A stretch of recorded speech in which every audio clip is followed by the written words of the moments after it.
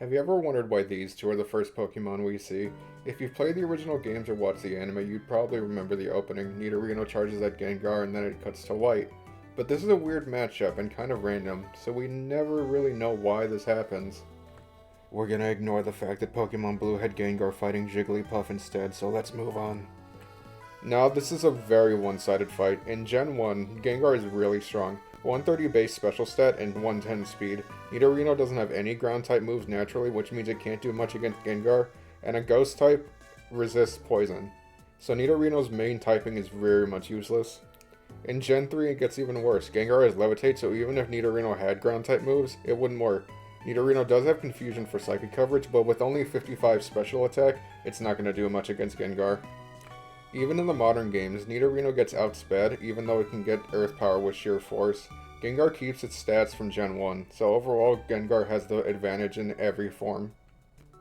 So that begs the question, if the battle isn't even balanced in the slightest, why choose these two for the intro? That's actually a pretty simple answer. Ken Sugimori, one of the original designers, said that Nidorino and Gengar were some of the earliest groups of sprites ever made. The team needed something to show for the intro, and those two were already done, so it was mostly a technical choice. But later on, the Pokemon team needed to add more meaning to it.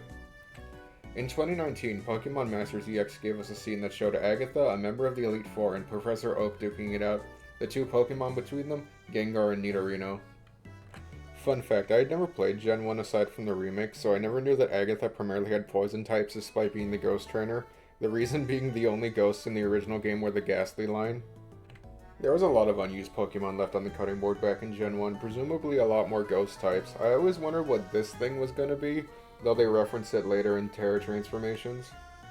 Gen 1 was a very rushed game and it had a lot of limitations going against it. The fact Pokemon is popular at all goes to show how powerful these designs were back in the day.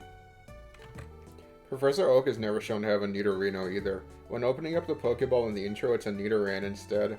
These aren't that strange, but I just wanted to point out these funny inconsistencies. All that aside, having these two with their respective Pokemon fight does give a reason as to why we see Gengar and Nidorino duking it out in the intro. An Elite Four member and the Regent's Professor would definitely spar with their Pokemon. At least that's the in-universe reason for why I'd think these two would fight it out.